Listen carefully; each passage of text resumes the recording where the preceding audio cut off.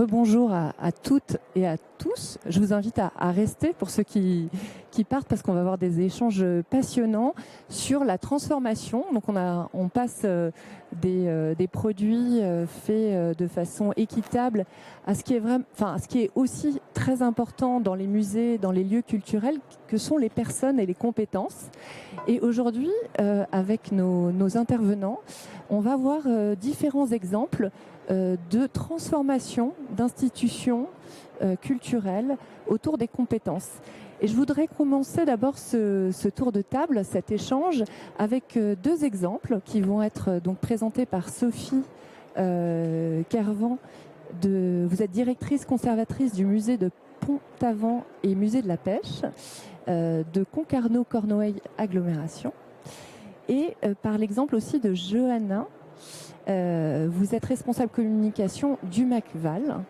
Donc deux exemples qui montrent comment on peut transformer des outils de médiation de nos lieux culturels en impliquant, en engageant des acteurs du territoire.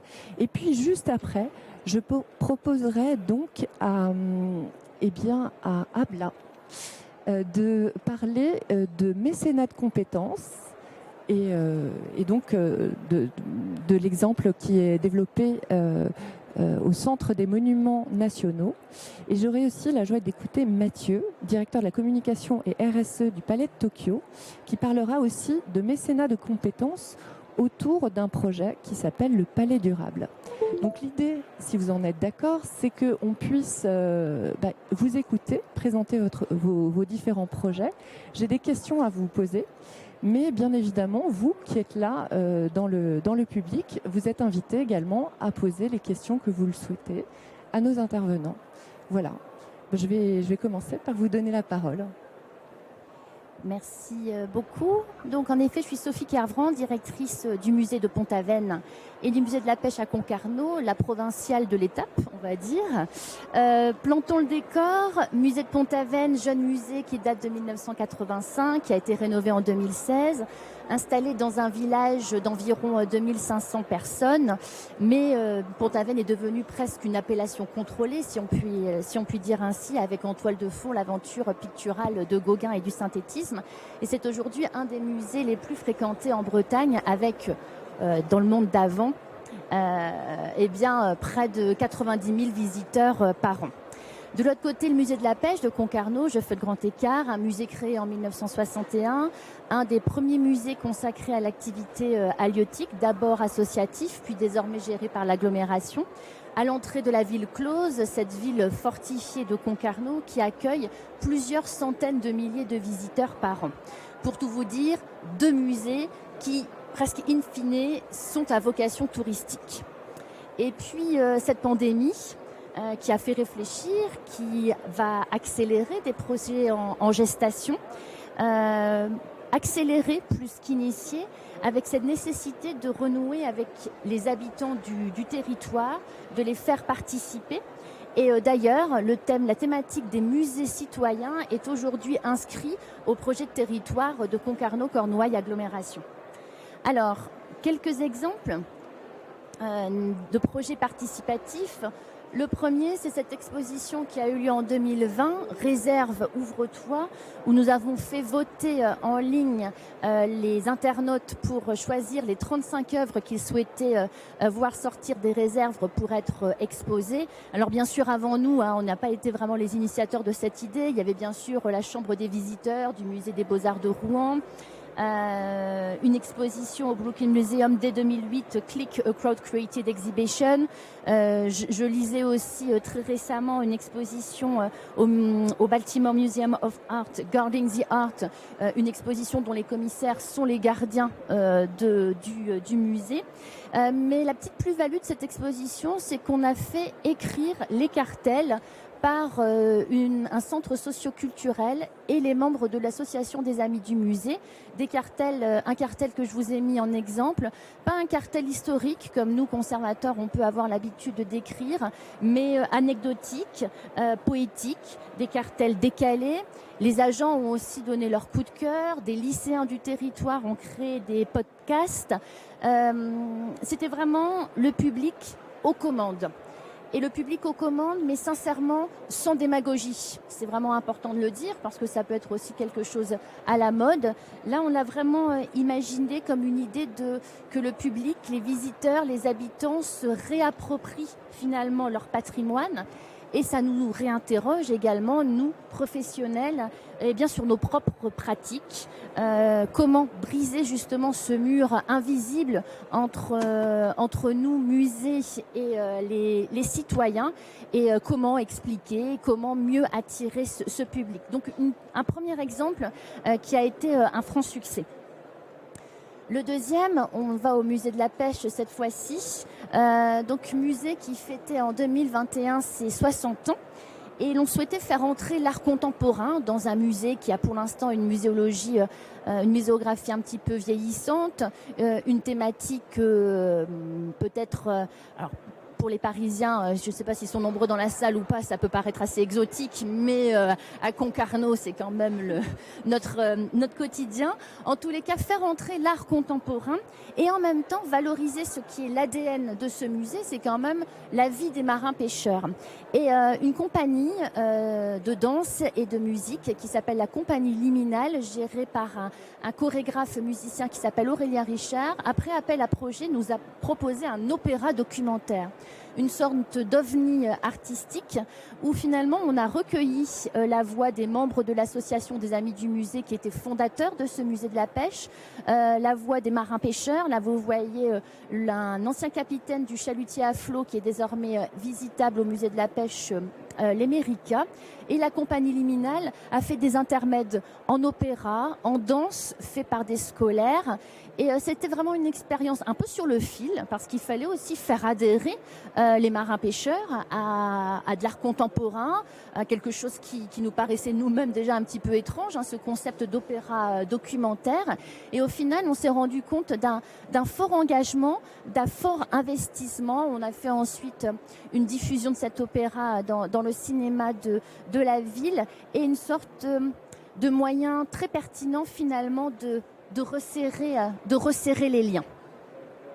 Alors je continue un petit peu mon catalogue avec une autre exposition participative, mais cette fois-ci hors les murs, qui a bénéficié d'un appel à projet et donc d'un mécénat de la Fondation Orange, avec cette volonté, là aussi, on n'est pas forcément des inventeurs, d'emmener les œuvres hors les murs, dans les EHPAD, dans les prisons, dans les foyers d'accueil, mais toujours d'imaginer cette exposition itinérante hors les murs d'une manière participative, c'est-à-dire que les médiatrices sont là pour accompagner le public, et bien là ici d'un foyer d'accueil de personnes en situation de handicap, et de leur faire participer à leur propre accrochage et ensuite de faire des médiations autour de leur exposition, de celles qu'ils ont menées à bien dans leurs locaux. Et avec cette exposition itinérante, le musée de Pont-Aven chez vous, nous avons voulu y insérer une partie numérique avec l'accès à nos podcasts, nos vidéos, et puis aussi l'accès à une visite virtuelle, mais pas une visite virtuelle qu'on aurait pu faire à un prestataire que l'on aurait pu retrouver d'ailleurs à ce salon, mais bien là aussi une visite virtuelle participative.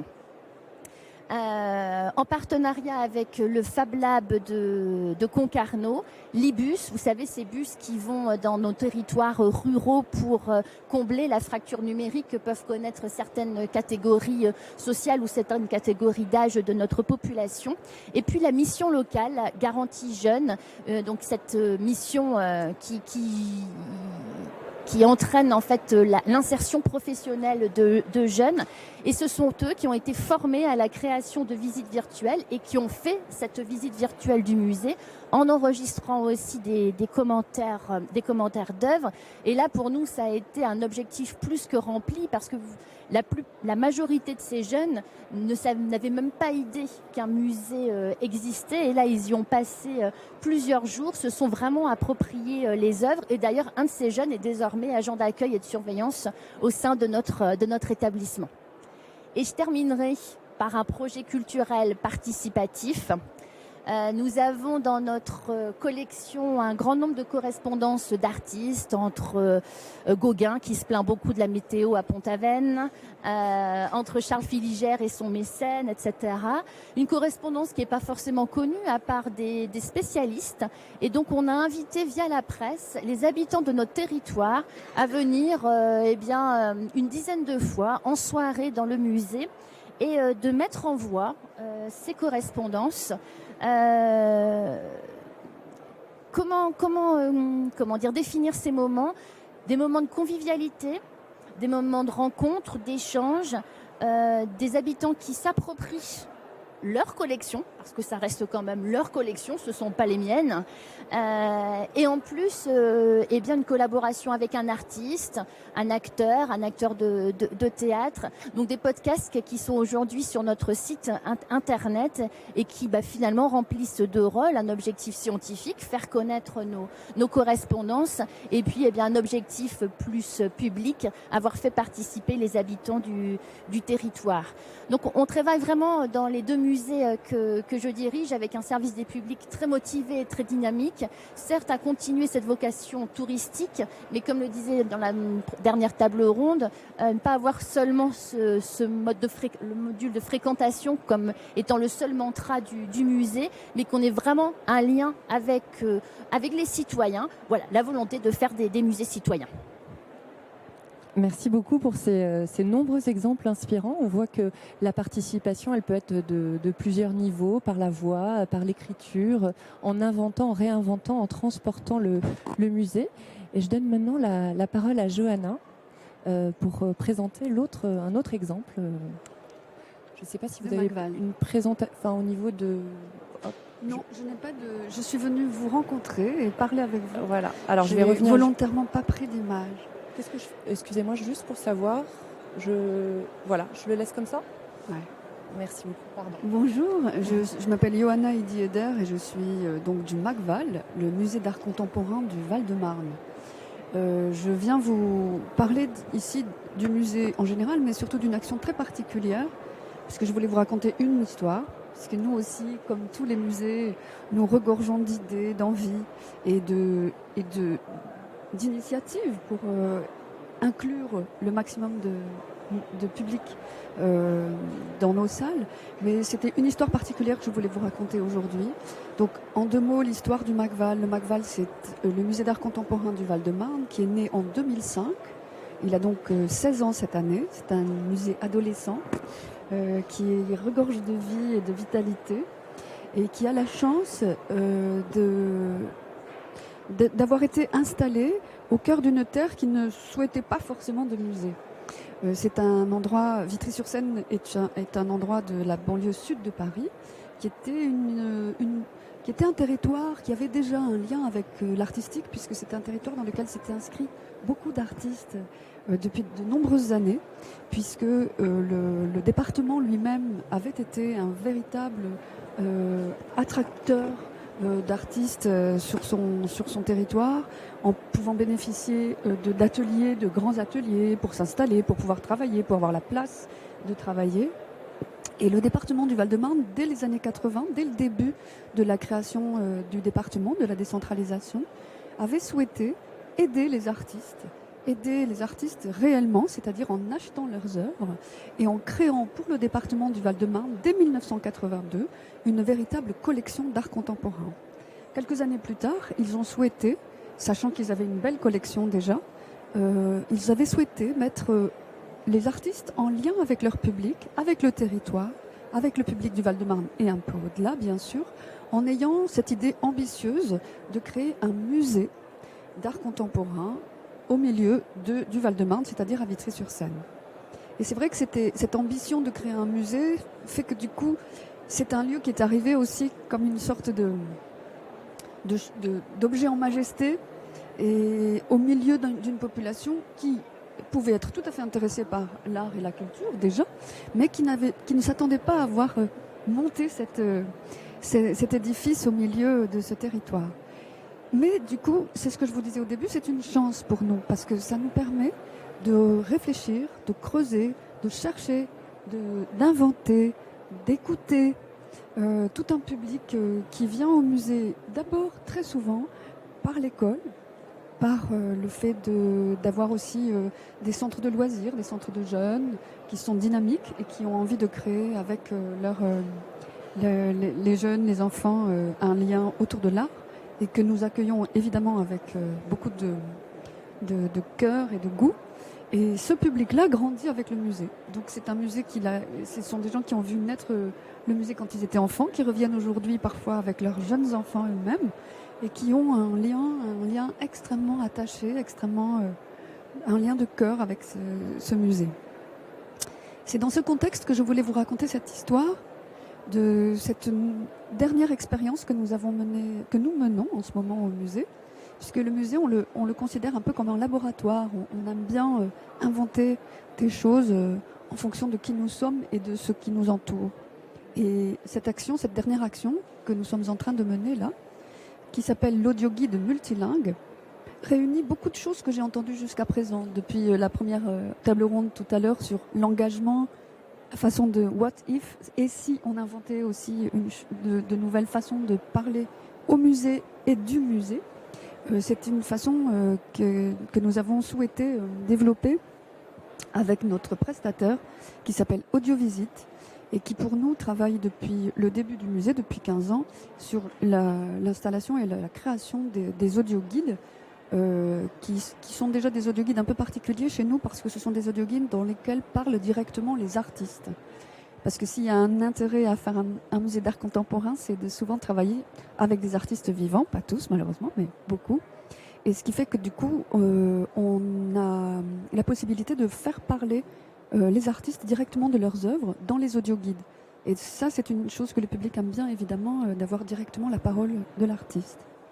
Et donc, Audiovisite, avec lesquels nous créons ces audioguides, nous a proposé de travailler une idée un petit peu plus en pointe et que nous avons accueilli immédiatement en essayant de réfléchir avec eux à des audioguides multilingues que nous développons avec un public particulier du musée et qui est un public allophone. Et donc un public allophone, c'est un public ce sont des gens qui ont une langue maternelle qui n'est pas le français et qui ont grandi dans leur famille avec une autre langue, parfois qui viennent d'arriver, qui ne sont pas là depuis très longtemps, et qui ont envie d'intégrer cette langue dans la visite et dans la découverte d'un musée. Ça veut dire que ce ne sont pas forcément des langues rares, ça peut être des langues rares, mais ce n'est pas forcément des langues rares. Ce sont des langues qu'on ne trouve pas forcément dans des audioguides de musée. Donc nous sommes déjà à la deuxième session de cet audioguide, et ce sont des langues comme le malgache, des langues du Tchad, des langues du Congo, mais aussi de l'italien, mais aussi du brésilien. Que ça vous a fait plaisir, Marie-Alia? Bah oui, évidemment. Je suis d'origine brésilienne Voilà. et russe. Et j'ai été touchée par Iris. Voilà, exactement. Alors, ce ne sont pas forcément des langues rares, mais des langues rares et dans des audioguides. Et là, nous sommes dans la deuxième phase de ce travail. Et là, ce sont plutôt des langues asiatiques. Ce sont des femmes c'est plutôt féminin cette fois. C'était plutôt mélangé la première fois. Là, cette fois, c'est plutôt féminin. Et ce sont des langues plutôt asiatiques, vietnamien, coréen, chinois. Et puis, spontanément aussi, il y a du catalan. Il y a une personne catalane qui s'est proposée. Alors, non seulement c'est travailler sur des langues qui ne sont pas communes dans les audioguides, mais c'est aussi travailler le discours. C'est aussi travailler le texte. C'est-à-dire qu'on fait un travail de visite du musée avec ces personnes. On lit les cartels, parce que déjà d'emblée au musée, on a l'habitude de faire des cartels simples et des cartels développés, avec la possibilité d'avoir des explications sur les œuvres de la collection.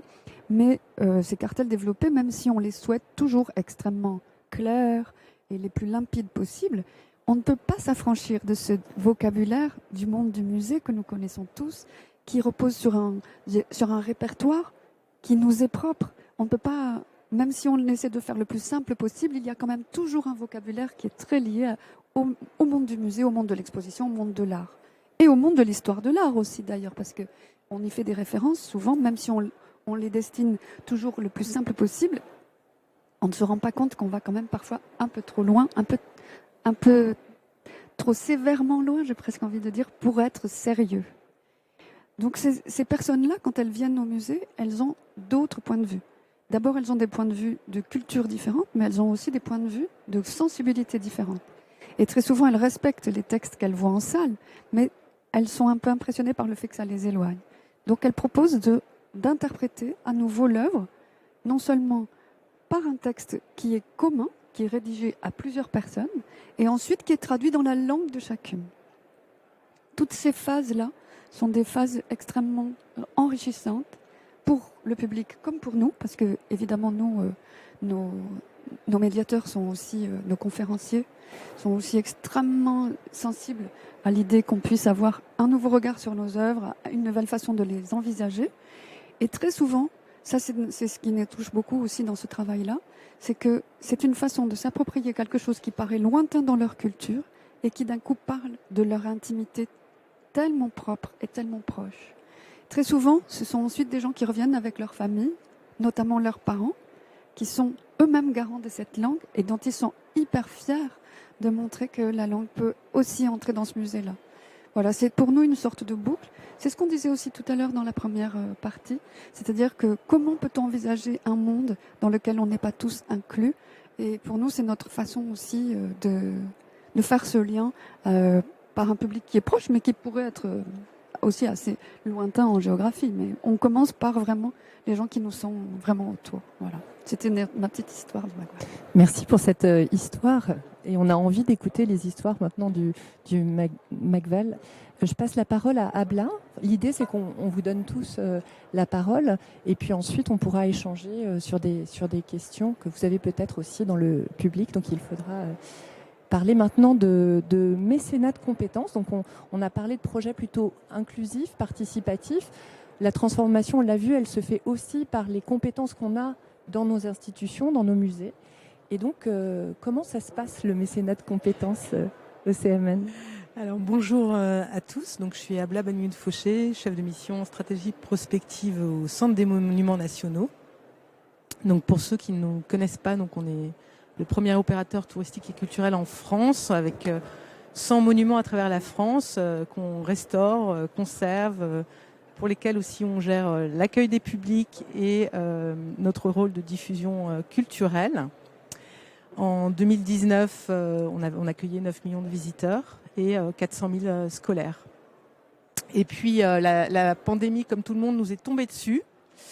Et on s'est dit que c'était une opportunité de lancer un nouveau projet qui me tenait à cœur personnellement, parce que j'avais essayé 5 ans plus tôt de le lancer quand je travaillais chez Orange en mécénat de compétences. Un projet de visite guidée à distance pour les scolaires.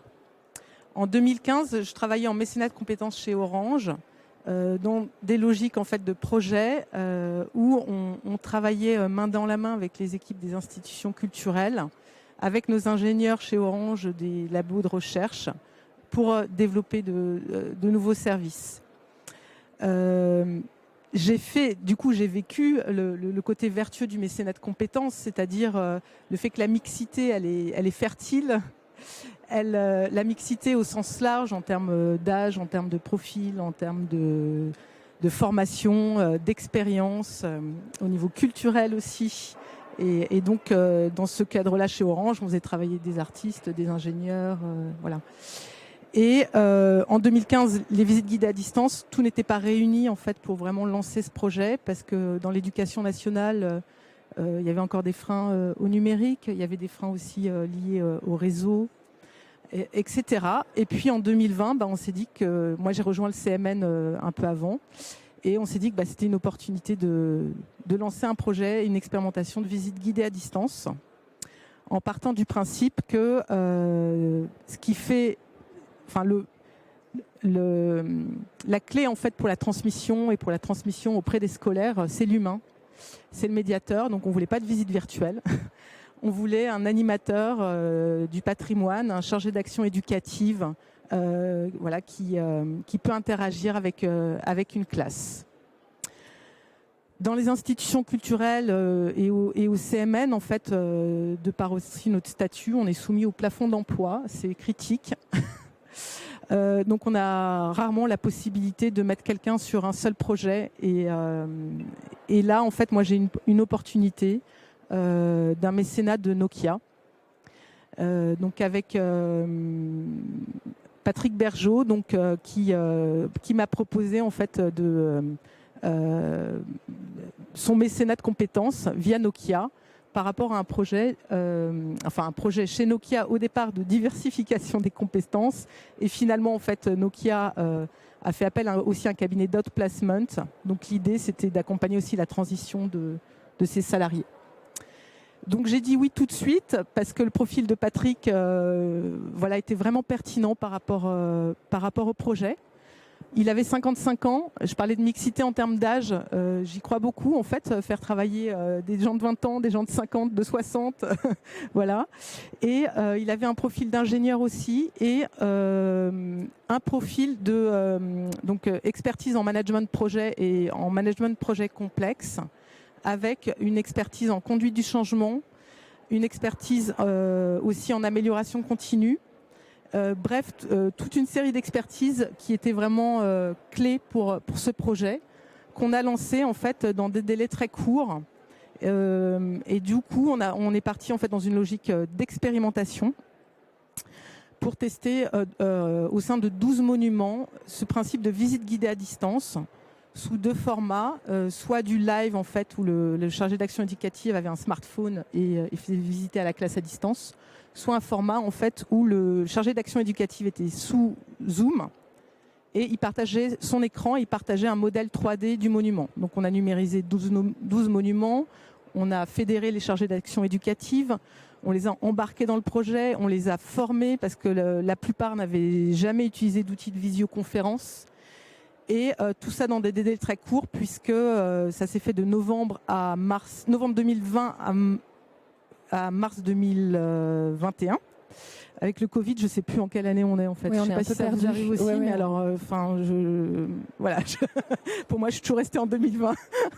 Je n'ai pas bougé. On est en 2022. Merci. Donc, et donc en 6 mois, on a, grâce à Patrick, et puis grâce à toutes les équipes aussi de chargés d'action éducative et des monuments, on a mené une expérimentation auprès de 2500 élèves, de 1500 individuels grand public. L'objectif, c'était de tester différentes technologies de numérisation. Et là, la compétence de Patrick a été vraiment utile parce qu'il a une formation d'ingénieur.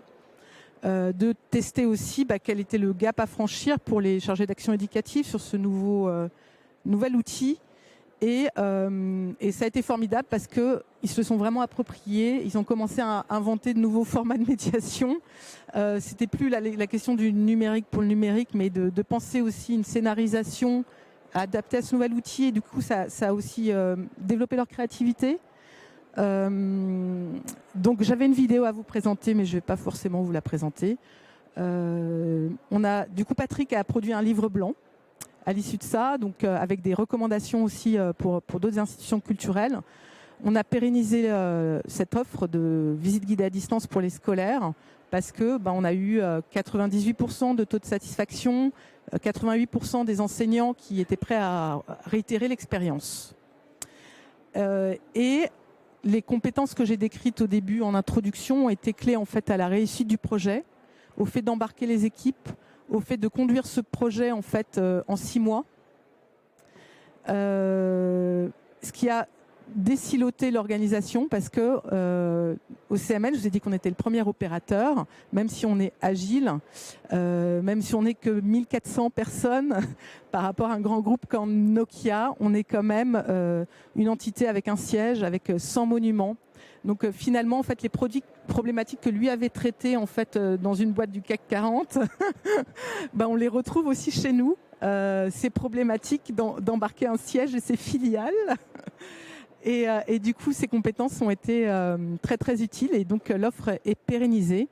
On a encore d'autres difficultés en fait pour lui donner plus d'ampleur, mais je ne vais pas en parler là parce que je pense que mon temps est écoulé, Marie-Aléa. Oui, voilà. Ouais. Puis mais de toute façon, on aura l'occasion de revenir sur vos projets avec des questions. Je vais donner maintenant la parole à Mathieu pour parler aussi de mécénat de compétences pas autour du numérique, mais autour de la responsabilité sociétale de l'institution du développement durable, c'est ça ? Tout à fait, même si le numérique en fait partie. Donc je suis Mathieu Boncourt, je suis le directeur de la communication et de la RSE du Palais de Tokyo. Pour celles et ceux qui ne nous connaissent pas, nous ne sommes pas un restaurant japonais. Nous sommes un centre d'art contemporain situé dans le 16e arrondissement à Paris. Nous venons de sortir de l'adolescence puisque nous fêtons en 2022 nos 20 ans. Toute cette histoire a commencé comme une association il y a 20 ans. Aujourd'hui, c'est un centre d'art qui dépend du ministère de la Culture, mais qui a un modèle économique assez unique puisque c'est une entreprise. Plus précisément une SASU, dont l'actionnaire unique est l'État et dont le modèle économique repose sur une très large part d'autofinancement. On est assez exemplaire en France de ce point de vue-là, c'est-à-dire que 60% des recettes du Palais de Tokyo sont des recettes propres qui viennent à la fois de notre billetterie, et c'est donc les visiteurs qui alimentent ces recettes à chaque fois qu'ils viennent chez nous. C'est évidemment la deuxième partie, les privatisations, parce qu'on est un très grand lieu et donc nous le mettons très régulièrement à disposition d'un certain nombre d'organismes privés, publics, voilà. Et la troisième partie, c'est évidemment le mécénat, avec des mécènes fidèles qui nous accompagnent depuis longtemps. Et vous allez voir que l'histoire que je vais vous raconter est assez proche, en fait, comme j'interviens en dernier, c'est facile, je peux faire une sorte de petit résumé. Il va y être question à la fois d'engagement, parce que je pense que tout ce qui nous lie toutes et tous autour de la table, c'est cette question de l'engagement. De tous les projets qui ont été présentés ont une véritable utilité. On aurait pu appeler cette table ronde s'engager en s'ouvrant à d'autres acteurs. Et il va aussi y être question du rôle des entreprises dans ces projets d'engagement et de transformation. Et d'ailleurs, l'entreprise, elle est présente depuis le début. On a fait une distinction, mais elle est présente depuis le début. Le projet que vous menez à Pont-Aven ou au musée de la pêche, c'est aussi des projets qui sont rendus possibles par l'implication de Fab Lab, de petites entreprises. Pareil pour l'audio guide, pareil pour votre transformation numérique. Et nous, on a décidé, on fait appel aux entreprises sur plein de sujets, mais on a décidé aussi à la faveur de la pandémie d'accélérer notre transition vers un modèle plus durable. Vous le savez, le climat connaît des perturbations très fortes. Les trajectoires, si on veut être optimiste, nous amène à un réchauffement irrémédiable de la planète assez rapidement. Il a déjà commencé, j'essaye de le rappeler assez régulièrement. Et en fait, tout se passe aujourd'hui comme si le monde de la culture ignorait en partie ces messages. Il n'y a pas que le monde de la culture qui les ignore, hein. Beaucoup d'entre nous ignorent ces rappels réguliers, ces rapports du GIEC, ces articles alarmants des scientifiques. Et nous avons décidé au Palais de Tokyo, mais nous sommes aujourd'hui un certain nombre d'acteurs qui nous engageons dans cette voie, d'accélérer notre démarche de transition. Cette transition, elle ne peut pas être qu'écologique, puisque vous le savez, les problématiques écologiques sont profondément liées aux problématiques sociales. On n'y aura pas de transformation profonde de nos modèles s'il n'y a pas d'égalité entre les femmes et les hommes, de modèles plus inclusifs. Et c'est le sens de cette direction de la RSE que nous avons créée. Et cette direction, nous ne l'animons pas tout seul. Nous l'accompagnons aussi, nous l'animons avec les partenaires qui sont les nôtres, et notamment les entreprises. Pourquoi ? Parce que nous considérons que les entreprises ont un savoir-faire que nous n'avons pas. Dès les années 90, les entreprises ont été soumises à une pression populaire de l'opinion publique, parce qu'un lien très rapide s'est fait dans les têtes et aussi dans les faits entre monde de l'entreprise, pollution et donc responsabilité. Et très rapidement, quand vous produisez en grande quantité des choses, l'opinion publique vous demande des comptes sur ce que vous produisez. Et donc très rapidement, les entreprises ont dû s'engager dans ce qu'on appelle la RSE, c'est-à-dire les problématiques de responsabilité sociétale des entreprises, et donc ont dû mener des transformations de réduction de leur empreinte, qu'elle soit carbone ou de leur empreinte sociale sur le monde. Et nous nous sommes dit, quand nous avons lancé cette démarche RSE au Palais de Tokyo, que nous serions profondément, que nous serions, en tout cas nous trouverions dans les entreprises qui nous accompagnent, un soutien et surtout un apport en compétences, parce que le monde de la culture manque aussi aujourd'hui de compétences sur ces questions de transition. Et c'est le sens du programme Palais Durable, un programme que nous avons lancé en 2020 et qui propose aux entreprises un modèle unique de philanthropie. C'est une philanthropie qui associe un apport en mécénat, donc ça c'est assez classique, somme toute, un apport financier, c'est ce qu'on connaît toutes et tous, mais cet apport financier est indissociable d'un apport en compétences sur des problématiques de transition. Ce programme Palais Durable se décompose en 2 cercles. Le cercle Art et Société d'une part, qui propose de s'engager aux côtés du Palais Tokyo sur un projet de care center, donc de lieu d'inclusion, d'éducation et de médiation par l'art de 700 mètres carrés qui ouvrira en fin d'année, et un cercle Art et Écologie qui propose aux entreprises de s'engager et d'apporter leurs compétences sur notre transformation environnementale. Qu'est-ce que ça veut dire concrètement? Ça veut dire que depuis 2020, on a mobilisé 10 mécènes et levé 1 million d'euros pour nous accompagner dans cette transition. Quels sont les projets sur lesquels nous allons être accompagnés? Nous avons, je vais éviter de citer forcément des noms, mais nous avons une entreprise dont le métier est la réalisation de bilan carbone et les définitions de stratégie de réduction des émissions de gaz à effet de serre, qui va à la fois nous accompagner financièrement, mais qui nous accompagne aussi sur la réalisation de notre bilan carbone, parce qu'aujourd'hui, rares sont encore les institutions qui ont réalisé un bilan de leurs émissions de gaz à effet de serre. Nous allons être accompagnés par les entreprises de l'immobilier qui vont à la fois nous aider financièrement, mais aussi nous soutenir sur les travaux de rénovation du Palais de Tokyo au fil de l'eau pour rendre le bâtiment plus durable. Nous allons être accompagnés par un alcoolier assez connu qui, lui, a travaillé depuis assez longtemps sur la définition d'outils de calcul carbone pour que chacune de nos expositions aujourd'hui soit maîtrisée. C'est-à-dire que quand on va produire une exposition demain, on va pouvoir vous dire, de la même façon que quand vous achetez votre billet sur la SNCF, on va vous dire à l'entrée de l'exposition, voilà, vous venez voir cette exposition, elle a un bilan carbone de temps. Et je considère que la transparence en cette matière est une première étape vers notre amélioration. Ça, c'est les exemples pour l'art et l'écologie, mais pour art et société, nous allons évidemment avoir un gros développement des ce qu'on appelle des mécénats croisés, ou des entreprises. Et là, on rejoint un peu ce qui s'est fait au Centre des Monuments Nationaux, mais où des grandes entreprises, en fait, vont d'un coup mobiliser les programmes qu'elles ont à destination de leurs salariés ou d'associations et pouvoir les croiser avec les programmes que nous mènerons nous-mêmes d'éducation, de médiation et de mieux-être par l'art dans ce fameux centre dédié qui s'appellera le Hameau. Qui a vocation à accueillir tous les publics et à assurer des prises en charge plus particulières pour les publics en situation de handicap physique ou mental. Voilà comment aujourd'hui on mobilise ces mécènes. Ça s'inscrit évidemment dans un plan plus large de transition de notre institution.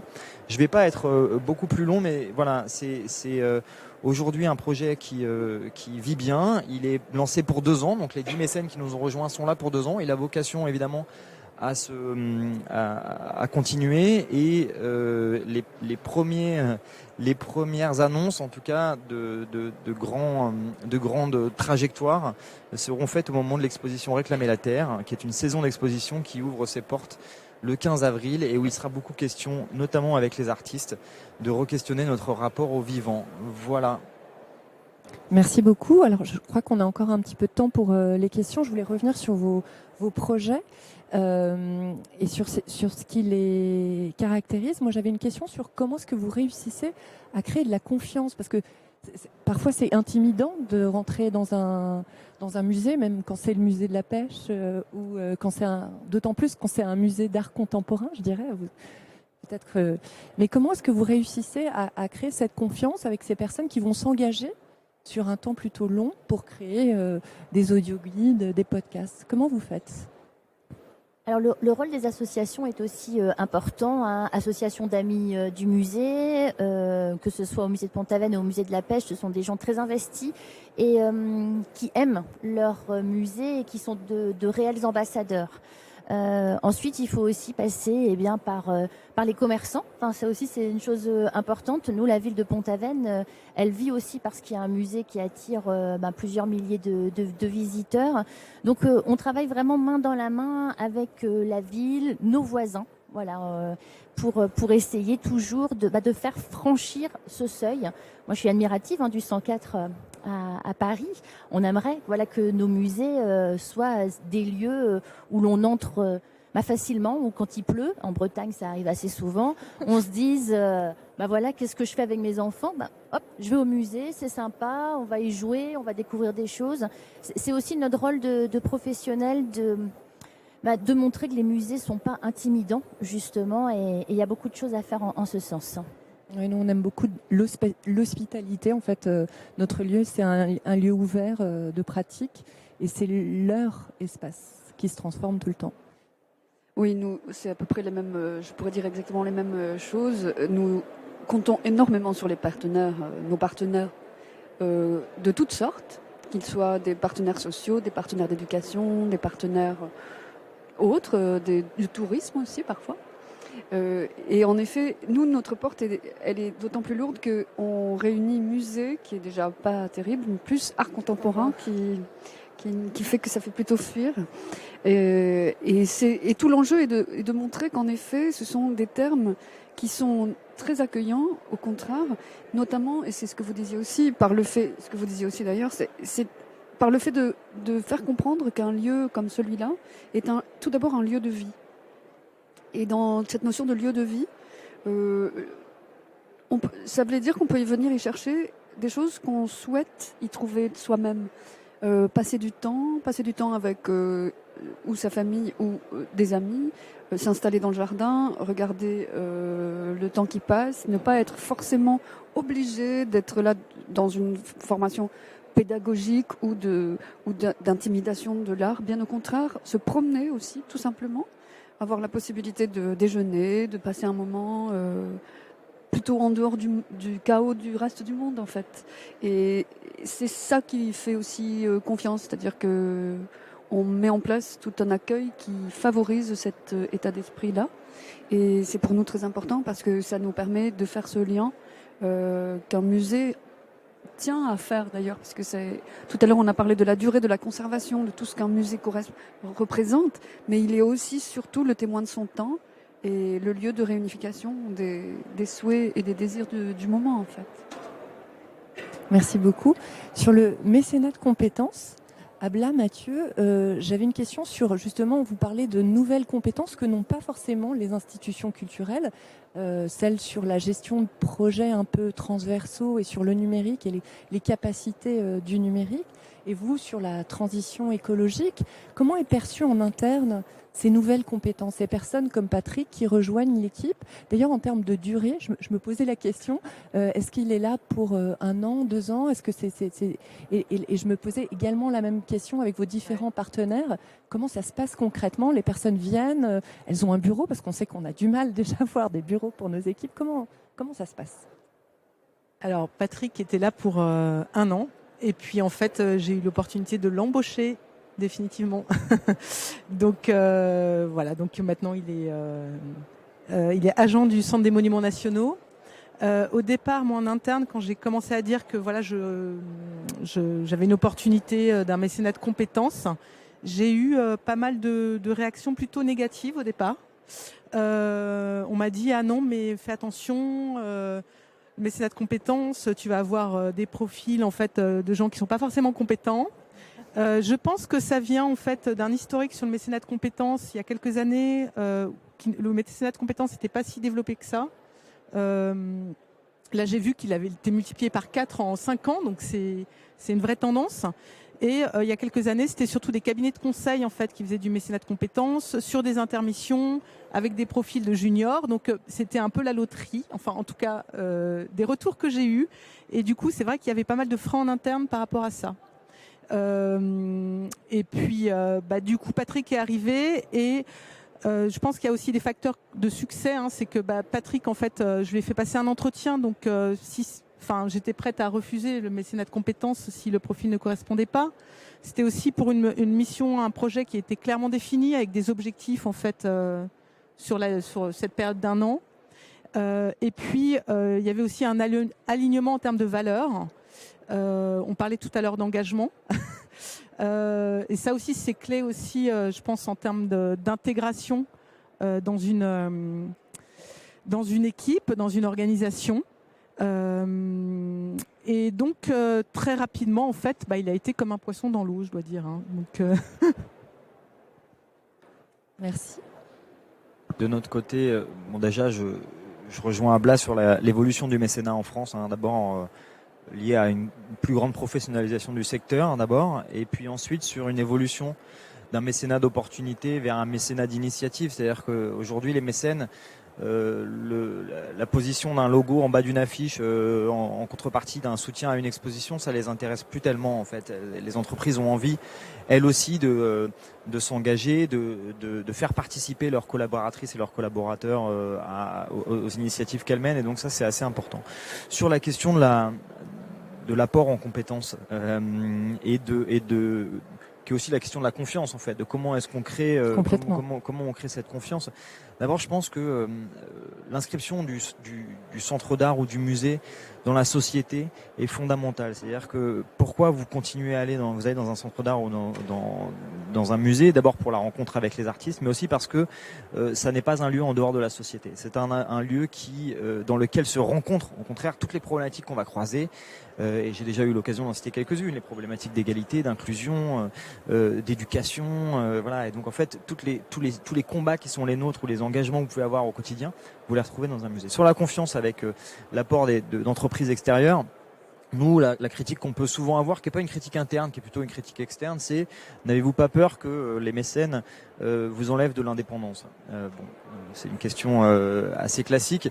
Sur les questions de transition, justement, non. D'abord, ce programme, en combinant mécénat financier et mécénat de compétences, limite le risque de voir un gros chèque et puis on fait ce qu'on veut puisqu'on est chez nous, et surtout en accentuant la participation de l'entreprise aux côtés des salariés du Palais de Tokyo, on crée un modèle vertueux, et puis ensuite il y a le sujet de la formation globale de nos salariés qui est menée pas par les entreprises pour le coup, que nous faisons. Sur la question de RSE, on a créé un comité qui implique toutes les directions du Palais de Tokyo. Donc dans chaque direction, il y a un référent ou une référente qui a été désigné. Les représentants du personnel eux-mêmes ont un référent au sein du comité RSE. Ce comité se réunit une fois par mois et invite des intervenants extérieurs pour se former. Il y a des formations généralistes qui ont été dispensées et des formations maintenant par métier sur les questions de transition sociale et environnementale, et donc qui font qu'aujourd'hui les entreprises ont face à elles des interlocutrices et des interlocuteurs qui sont montés en compétences, et surtout qu'elles peuvent continuer à faire monter. C'est-à-dire que quand on échange, on l'a pas encore invité, mais si vous échangez avec un patron de Danone, je prends un exemple, c'est pas le cas, Danone ne vient pas chez nous, mais on aimerait bien les avoir parce que ça a été une des premières entreprises à s'engager sur les questions de raison d'être ou d'entreprise à mission. Ça forme, y compris des personnels de centres d'art en fait. C'est jamais inintéressant de voir comment une entreprise elle-même mène ses transitions, se forme sur ces questions-là et les problématiques auxquelles elles sont confrontées, même si c'est une entreprise qui peut paraître de base extrêmement éloigné de l'activité du Palais de Tokyo. Voilà. Et ça va dans les deux sens en fait.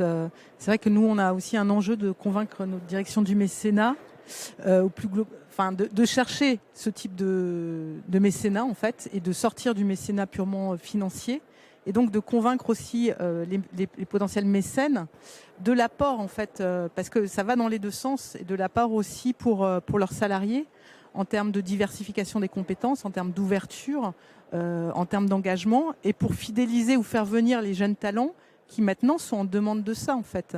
Et il y a de plus en plus de grands groupes qui proposent des périodes de respiration de 1 mois, 2 mois, 3 mois, 6 mois, 1 an, en mécénat de compétences en fait, avec cette notion de RSO et d'engagement. Je referme la parenthèse. Non mais c'est vrai, je pense qu'on est là, les compétences, elles nous inspirent.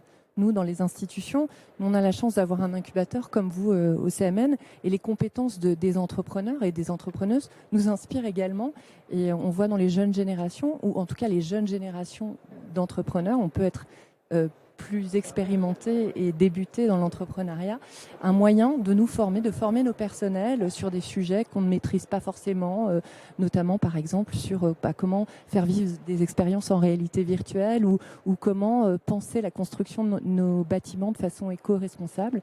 Donc c'est un très beau moyen de faire monter mutuellement les compétences, et peut-être aussi pour les personnes qui travaillent dans des entreprises, vous citiez Nokia, des grands groupes, d'être des lieux inspirants de travailler, parce que travailler dans une institution culturelle, autour de sur cette scène, on a la chance de travailler dans des lieux qui sont un peu incroyables. Et je pense que donner cette chance aussi à ceux qui travaillent dans des tours, parfois dans des quartiers d'affaires, je l'ai fait à un moment, ou dans des usines, c'est quand même dément de pouvoir travailler dans des lieux de vie, des lieux où se produisent des émotions très fortes et des rencontres avec les artistes. Donc je ne sais pas si on a le temps de prendre des questions de la salle. Il nous reste 2 minutes. Alors voilà, désolée, j'aurais aimé vous donner plus la parole. Comment ça se passe ? Oups. J'en perds mes... Bonjour. Je m'appelle Caroline Peugeot. En fait, j'ai 2 points. Moi, personnellement, j'ai passé 18 ans dans les grosses boîtes. J'ai bossé pour Sodexo, pour Alcatel-Lucent, pour des groupes familiaux, dans le déploiement de systèmes d'information. Et maintenant, j'essaie de créer une activité. Et en Asie, j'ai passé 15 ans en Chine et là, j'habite en Malaisie actuellement. Donc, d'abord, je voulais dire quelque chose par rapport à l'entreprise. J'ai plein de copains qui gagnent tout à fait bien leur vie, des copains traders dans des grosses banques qui n'en peuvent plus de leur métier et un ami trader qui gagne très bien sa vie. Le mécénat de compétences a été une respiration dans sa vie professionnelle, d'aider une jeune femme. Ça a vraiment été quelque chose de bien. Donc, on a toujours l'impression que le mécénat, c'est on va réclamer un peu d'argent et les gens ont honte de réclamer de l'argent. Pas du tout, il faut changer ce paradigme. Vous venez d'Orange, madame. C'est une chance qu'on donne aux entreprises actuellement de se redonner du sens. Les entreprises, elles ont 3 problématiques. La première problématique, entre autres, d'engager les jeunes. Les jeunes ne veulent plus bosser dans la grosse boîte, elles en ont ras-le-bol parce qu'il n'y a aucun sens. Les jeunes ne restent pas, il y a un gros problème de rétention. En France, là, le marché de l'emploi repart. En Asie, c'est criant. Et la 3e chose que vous avez dit, c'est la diversité et l'externalisation. On externalise de plus en plus ce qui était le cœur du métier, notamment l'innovation. Pourquoi on externalise ? Parce qu'en fait, on est tous sur le même modèle, parce qu'on a tous fait la même école de commerce ou la même école d'ingé. Moi, je suis ingé. Voilà. Et je pense que voilà, le mécénat, c'est une chance qu'on donne aux grosses boîtes. Et c'est vraiment comme ça qu'il faut le prendre. Et moi, c'est ce que j'aimerais faire avec mes contacts professionnels. Donc ça, c'était juste ce que je voulais dire, parce que vous entendre, ça vraiment, ça me fait chaud au cœur. Et la deuxième chose, c'est par rapport à l'Asie. Donc moi, je viens de l'Asie, 15 ans en Chine, Malaisie. Il y a énormément d'opportunités professionnelles. Là, je suis en relation notamment avec une Smart City en Malaisie qui me demande comment on fait venir des expats, comment on fait une espèce de nouvelle Silicon Valley en Asie. Et donc j'étais à Avignon la semaine dernière, à côté de l'UMA, le centre d'art. Et oui, qu'est-ce qui fait que les gens vont venir ? C'est qu'on va donner du sens et comme une entreprise, comme un lieu en fait. Voilà. Et donc, oui, en fait, c'était pas du tout une question. Je voulais juste dire quelque chose. Merci. Je vous remercie énormément pour ce témoignage sur ce que peut apporter le mécénat de compétences. Je vous propose qu'on puisse passer à la 2e partie de notre table ronde. Merci encore à vous toutes. Et à toi, à vous, Mathieu. C'est très inspirant. On aurait voulu continuer à débattre, à parler sur ces compétences. Et maintenant, on va se rapprocher du secteur médical. On a parlé de la transformation des lieux culturels, une transformation aussi qui nous parle à toutes et tous. C'est une transformation au contact du secteur médical. Dans l'introduction que je faisais, je vous expliquais que dans notre lieu au 104, on a été un centre de vaccination et pendant plusieurs mois, on a accueilli près de 103 000 personnes qui se sont faites vacciner. Comment est-ce que des lieux culturels peuvent aussi se transformer au contact de nouvelles compétences? On a vu tout à l'heure des compétences qui viennent du territoire avec des acteurs de différentes natures, mais aussi avec des compétences qui viennent des entreprises. On l'a vu à l'instant. Et maintenant, le sujet qui nous intéresse, et on en parlait juste maintenant avec Delphine, ce sont 2 cultures différentes. La culture de la culture, je dirais, et la culture du milieu médical qui vont se rencontrer au travers 2 exemples. Donc je vais laisser la parole tout d'abord à Emmanuel de Marcy-Motta, puisque je crois que vous devez partir, puisque vous êtes... donc je vais vous laisser d'abord la parole, si vous le voulez bien. C'est ça, d'abord les hommes. ça change. Et puis, Donnez la parole aux femmes, bien entendu, parce que c'est trop facile. Donnez la parole aux femmes et je repars. Moi, à 13h, comme on avait prévu jusqu'à 13h, 13h, je dois partir, c'est la fin. Comme ça, je vous donne la parole tout d'abord. Parce que comme il y a 30 minutes de retard, je suis désolé, c'est pour ça que je prends la parole d'abord. Oui, pas de souci. C'est pas masculin-féminin. Il n'y a aucun problème. On s'arrange, on s'adapte, on est agile. Et l'idée, c'est de pouvoir vous écouter sur ce projet et ensuite de vous entendre. Oui, donc pardon, je dois effectivement partir à 13h parce qu'on m'avait dit 13h fin et donc à 13h fin, très important parce qu'il faut enchaîner justement sur un sujet cet après-midi qui est le rapport santé-culture qu'on doit remettre. Donc c'est un rendez-vous à 14h, ça me permet d'embrayer sur cette idée-là qui est la suivante. On a mis en place, à titre personnel, j'ai mis en place un projet depuis de longues années, d'abord comme metteur en scène avec des médecins et le domaine scientifique pour travailler au cours de toutes ces années autour d'un projet qu'on a intitulé Art et Sciences. Donc ce projet Art et Sciences, c'est dans ce sens-là et dans cette problématique que s'est inscrit la partie liée à la santé qui est venue dans un deuxième temps.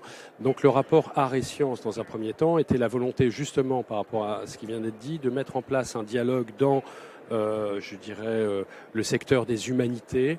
Donc je pense à la philosophie, à la psychologie, aux lettres, ce qu'on appelle les humanités dans leur ensemble et dans leur évolution dans un rapport cette fois aux sciences dures. La première entrée s'est faite autour du thème du comportement humain, donc le rapport du comportement humain dans plusieurs axes. Le premier autour du comportement humain sur le normal et le pathologique. Quelle est la frontière entre le normal et le pathologique? Y a-t-il une frontière? Où est-elle située? Donc c'est des sujets qu'on traite évidemment en philosophie, dans les humanités, qu'on traite dans la littérature, qu'on a pu traiter au cours de toute l'évolution du XXe siècle, y compris dans la psychanalyse, mais également dans la psychiatrie et dans le corps médical. C'est un exemple. Le deuxième élément sur le rapport qui a pu être mis en place était plus lié cette fois à des problématiques plus générales scientifiques avec trois mots essentiels qui sont le temps, l'espace et la matière. Donc on a mis en place un cycle de travail avec des scientifiques, avec différentes universités, un cycle de recherche, on va dire, qui a pu être partagé d'abord avec des publics autour de cette problématique espace, temps, matière. Donc qu'est-ce qu'est le temps? Donc des cycles de conférences, de réflexion, dans lequel justement on avait les deux secteurs, les sciences dures et les sciences humaines, si vous voulez, qui pouvaient être amenés, et les arts à se parler. Donc pour vous donner des exemples vraiment très concrets de comment ça a été construit il y a plusieurs années, autour, donc je le rappelle, de ce rapport art et science, si vous voulez, ou lettres et sciences, à travers l'idée justement de partager des connaissances et de développer, je dirais, la curiosité. Donc c'est vraiment les deux enjeux, le partage de la connaissance et de quelles connaissances parle-t-on et quelles sont les curiosités que nous pouvons chacune et chacun développer autour de ces thématiques et dans les deux sens. La partie plus liée cette fois à la santé. La santé est intervenue vraiment comme projet, je dirais, à partir du moment où dans la définition même de ce qu'est un théâtre, moi j'ai mis en place des cycles, y compris dans d'autres activités, parce que je suis président de l'année France-Portugal, donc des liens entre gouvernements et au sein de l'espace européen, donc dans une problématique qui est qu'est-ce qu'on appelle la culture. En considérant qu'il y a une culture médicale, il y a une culture scientifique, et que la culture, ça n'est pas les arts.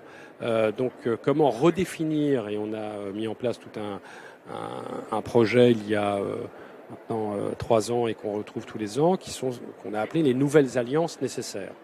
Les nouvelles alliances nécessaires, c'est-à-dire partir du lieu culturel, qu'on peut appeler un théâtre ou autre, ou d'un lieu de culture, donc prenons l'exemple d'un théâtre, qui va lui-même s'engager dans un processus qui est le décloisonnement, comme on dit, mais pour ne pas prendre tous ces grands mots qui sont quelquefois un peu tarte à la crème, parce que le décloisonnement, on en parle depuis 1895 dans les arts.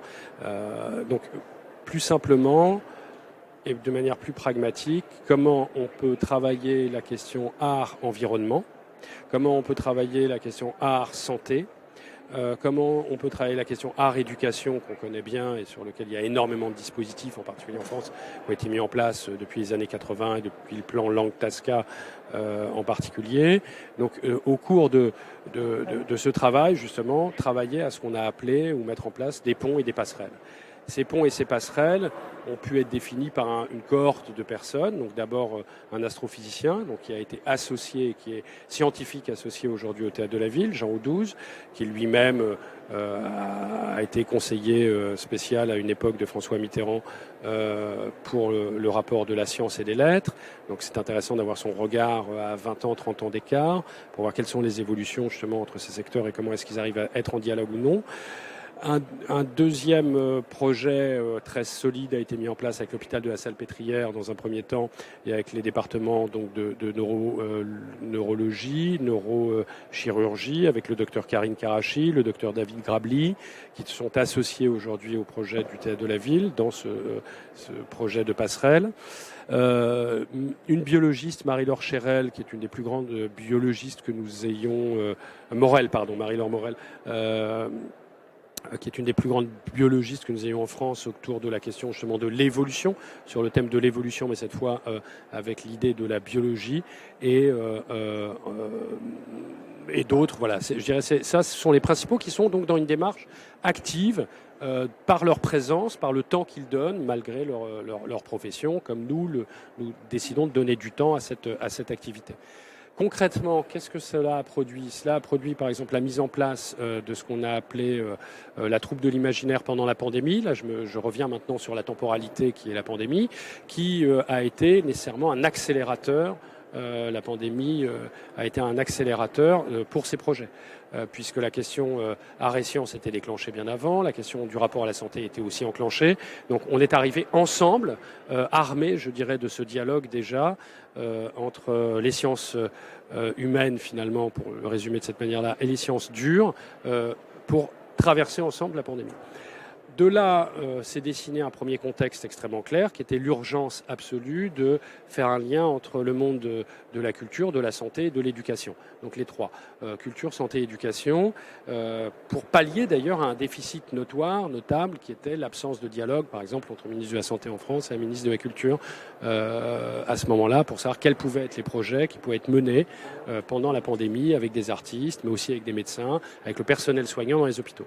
Donc la proposition concrète que nous avons mis en place a été justement ce qu'on a appelé les consultations poétiques, avec, et je terminerai là-dessus pour pas être plus long, les consultations poétiques, c'est-à-dire un ensemble d'artistes, donc des acteurs, mais pas seulement, aussi des musiciens et des danseurs qui sont amenés donc à intervenir directement dans une relation one-to-one de personne à personne, mais aussi dans d'autres types de dispositifs, dans l'hôpital, mais aussi dans d'autres lieux pour être auprès du personnel soignant, mais aussi des patients, des malades, des médecins et l'ensemble de l'hôpital. On est arrivé à une convention avec l'ensemble de la PHP sur 37 hôpitaux, donc on intervient aujourd'hui, et Pépita qui suit tout ce travail, qui est là avec nous, pourrait développer tout ce que je dis d'un point de vue plus pratique, puisque nous intervenons toutes les semaines de manière maintenant régulière. Donc l'idée, c'est la durabilité, pour être clair, du projet. Il n'y a pas que l'environnement qui se veut durable, la relation entre la culture et la santé, si on l'inscrit dans un projet qui devient alors, je dirais, aussi central que le projet artistique en lui-même, doit s'inscrire dans une durée. Et cette durée, donc, c'est un projet qui se veut, je disais, justement, dans une pensée de durabilité. C'est la première chose. La deuxième chose, c'est qu'il y a un tempo qui est donné, puisque des interventions d'artistes toutes les semaines dans différents hôpitaux, donc une régularité de la relation du médecin à l'artiste, mais aussi du patient et de l'ensemble de l'hôpital. La troisième chose, c'est d'essayer de faire venir aussi un personnel du monde de l'hôpital qui ne vient pas nécessairement dans un théâtre, pour créer cette passerelle, ce dialogue et cet échange, et mettre en place à ce moment-là des nouvelles structures, deux types d'interventions qui sont possibles. Donc, en résumé, aujourd'hui, on a mis en place depuis la pandémie un dispositif qui concerne 90 comédiens, 90 artistes qui sont impliqués dans ce projet. Cela concerne 9 hôpitaux. Donc je citais la Salpêtrière, il y a l'hôpital Necker, l'hôpital Rothschild, la Riboisière, Charlefoix, Émile Roux, Clémenceau. Donc dans quelque chose qui s'est déployé très rapidement. On a senti qu'en fait, dans ce monde qui n'est pas forcément toujours en dialogue, ces deux mondes qui ne dialoguent pas, en même temps, il y avait vraiment là une passerelle urgente et possible et une nécessité des deux côtés. Ces artistes interviennent aussi dans des centres d'accueil pour personnes atteintes de troubles psychologiques graves. Donc on touche aussi au domaine on intervient aussi dans le domaine de la psychiatrie.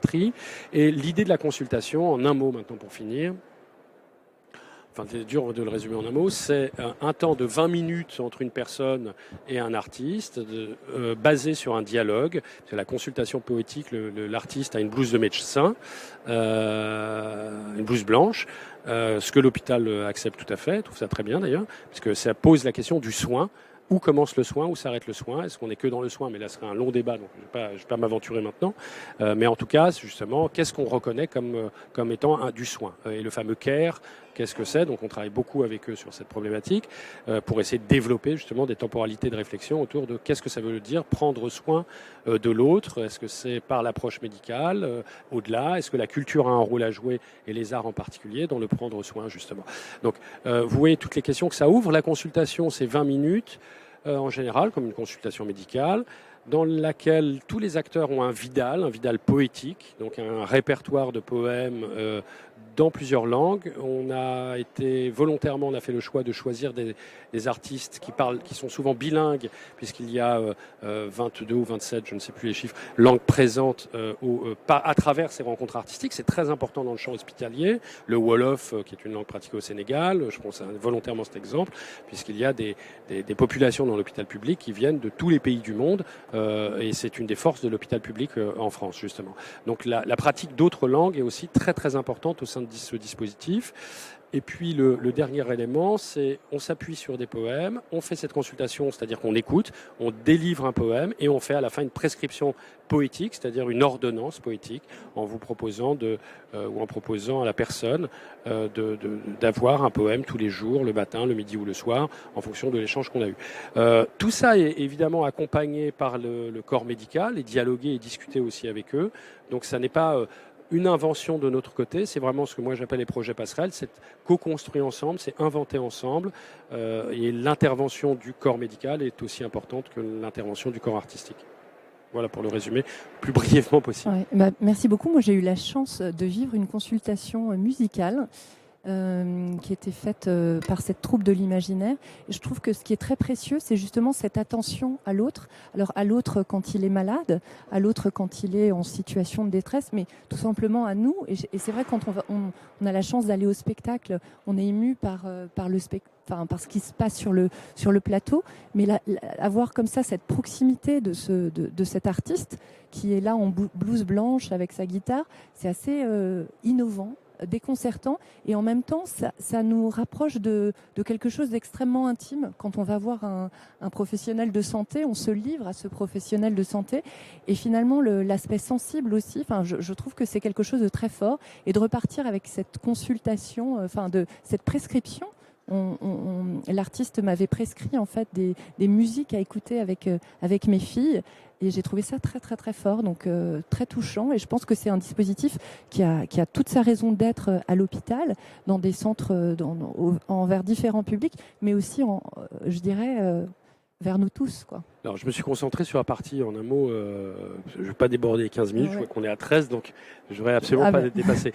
Donc, en un mot, ce dispositif n'est pas lié seulement à l'hôpital, pardon, je n'ai pas été précis. Il se pratique, on le fait dans des écoles, dans des lycées, dans des collèges, on le fait dans l'espace public, et il est pratiqué aujourd'hui, puisque c'est un dispositif qui est devenu, une action qui est devenue internationale, puisqu'elle est faite dans 8 pays sur le continent africain. Donc, on le fait au Mali, on le fait au Sénégal, et dans chaque lieu, chaque pays, des artistes sont formés, il y a un travail de formation, il y a des formateurs, et aujourd'hui la troupe de l'imaginaire au total c'est 150. Dans les 150, il y en a 90 qui se sont, je dirais, spécialisés sur la partie hôpital, qui ont une formation et un lien spécifique avec des médecins et un accompagnement régulier, un dialogue avec le corps médical. Mais au total, ce sont 150. Donc effectivement, quand vous l'avez fait, on le fait aussi dans les parcs et jardins. On l'a fait à Lisbonne, on l'a fait en Italie. Enfin, ça se fait en Italie. Il y a une troupe de l'imaginaire en Italie. Il y en a une au Sénégal. Il y en a une au Burkina. Il y a aujourd'hui, pour vous donner un chiffre, on en est à 25 000 consultations individuelles. Et chaque consultation a son rapport de consultation, donc son témoignage. Donc on doit avoir quelque part votre témoignage aussi. Évidemment, on ne le diffuse pas, on ne le divulgue pas, mais c'est aussi très important. C'est le secret médical. Absolument, c'est le secret de la relation, tout simplement, de la confiance, comme on dit. Mais ce qui est important, c'est que, et fondamental, c'est que ça donne aussi, si vous voulez, 25 000 témoignages. Ça nous raconte aussi un moment de notre histoire commune. C'est-à-dire, puisque le fond, en 3 mots, l'idée, c'est de partager un temps ensemble, de pouvoir partager et échanger autour de quelque chose. Qu'est-ce que ça veut dire le partage? Qu'est-ce que c'est le don? Qu'est-ce que ça veut dire de donner ou de dire un poème à quelqu'un sans rien perdre soi-même dans cet échange-là? Donc qu'est-ce que c'est un échange où les deux peuvent être enrichis de la relation? C'est la base de la consultation et du rapport à l'autre. C'est-à-dire, et je terminerai juste sur une réflexion, c'est ce qui nous engage, si vous voulez, c'est le rapport à l'altérité. C'est-à-dire comment justement on prend en compte la différence et la relation à l'autre, et non pas la question de l'identité.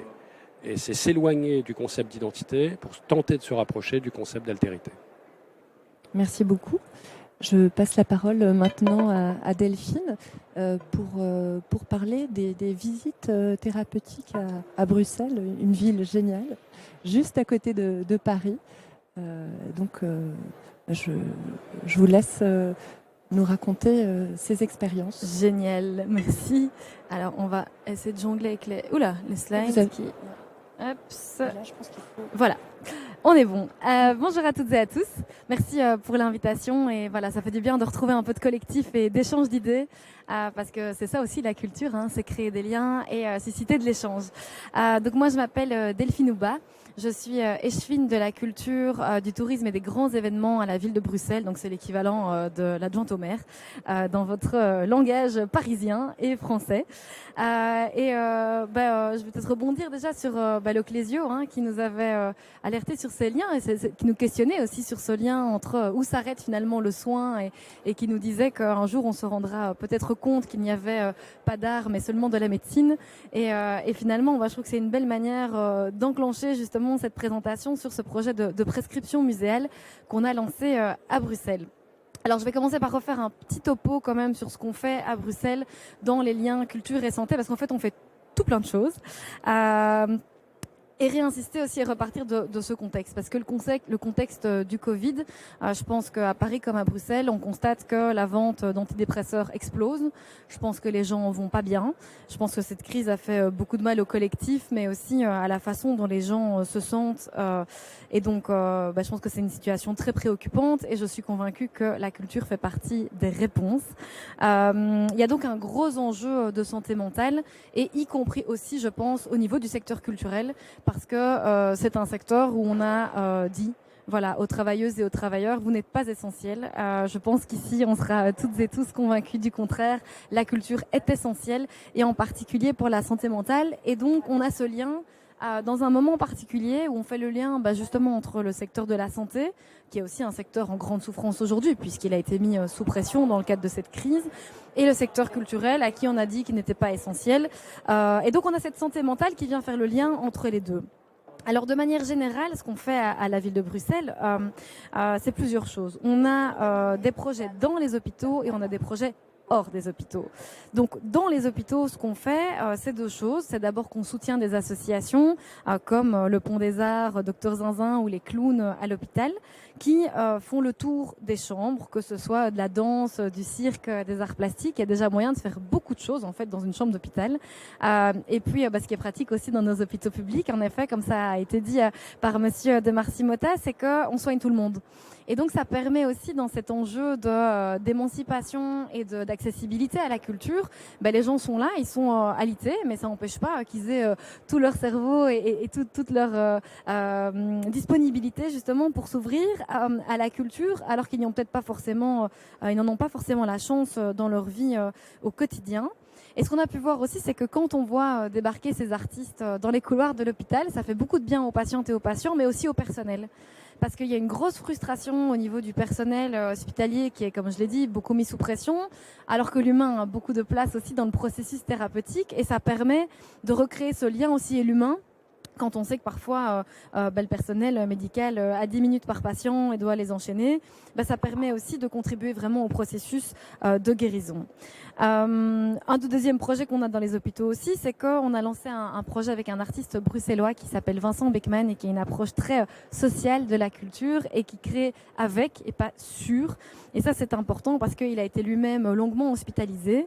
Et ce qu'il fait, c'est qu'il circule avec son appareil photo dans les chambres, auprès des patientes et des patientes, mais aussi auprès du personnel, et qu'il en fait des expositions photos. Il a été fouillé dans les archives aussi d'un de nos hôpitaux publics à Saint-Pierre, et ça donne des expositions photos dans le hall de l'hôpital, et ça permet de faire en fait un mini-musée, un mini-pôle muséal dans le hall de l'hôpital.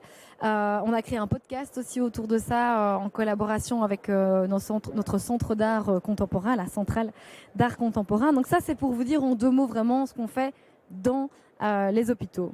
Maintenant, un des gros constats que je fais en tant que politique, c'est que, comme on le sait, on n'arrive pas toujours à toucher tous les publics. Et donc l'enjeu, c'est comment est-ce qu'on fait pour que si les gens ne vont pas à la culture, que la culture aille aux gens. Donc la culture va aux gens dans les hôpitaux, mais on fait aussi sortir les gens des hôpitaux pour les amener vers la culture. Alors on a commencé par un projet de groupe de patients qu'on a mené avec la clinique du stress de l'hôpital Bruckmann. Ça, j'y reviendrai parce que c'est avec le même hôpital qu'on a lancé le projet de prescription muséale. Et donc, la clinique du stress, c'est quoi? C'est une clinique de jour où on peut suivre des activités. On a tout un groupe de personnes, de 6 à 8 personnes, qui suit tout un programme d'activités pendant plusieurs semaines.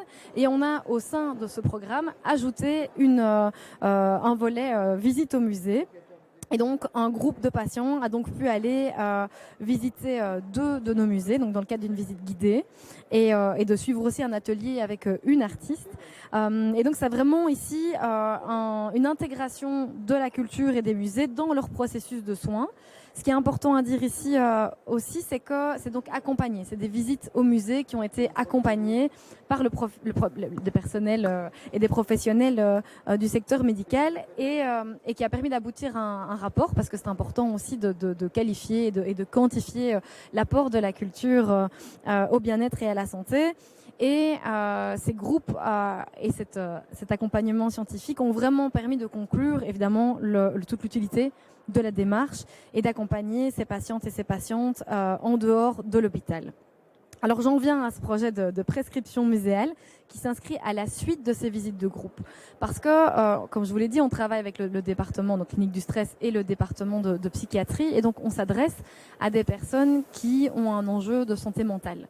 Et donc il s'agit évidemment d'accompagner ce public et de le soutenir dans les démarches. C'est déjà des personnes qui sont fragilisées, et donc c'est important. Ouais, j'ai oublié de changer les slides. Donc voilà, ça vous donne un peu parce que c'est de l'humain et c'est important. Le blabla c'est bien, mais comme ça vous voyez concrètement ce que ça veut dire. Voilà, de la musique et des clowns à l'hôpital.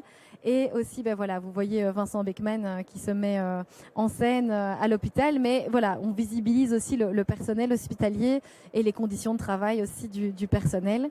Et voilà, et ça, c'est les institutions avec lesquelles on travaille. Je vais y revenir. Donc, cette question de prescription muséale, d'où ça part? Le projet, en fait, est né à Montréal, qui a lancé ce projet en 2018, donc avec leur musée des Beaux-Arts et l'Ordre des médecins.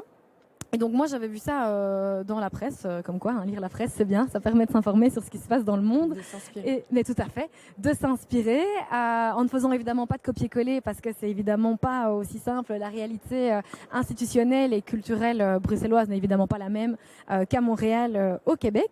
Donc ça fait 1 an qu'on est sur ce projet. Et donc suite à ces visites de groupe, comme je viens de vous en parler, on va maintenant lancer ces prescriptions muséales qui ici se placent à un niveau individuel. Donc on n'est plus dans une visite de groupe, on est dans une optique autonome aussi, puisque là l'idée c'est de ne plus être accompagné par un personnel médical. Et c'est un projet inédit parce qu'il est lancé par une entité locale, donc la ville de Bruxelles, qu'il fait le lien avec 5 institutions culturelles que vous voyez ici joliment illustrées.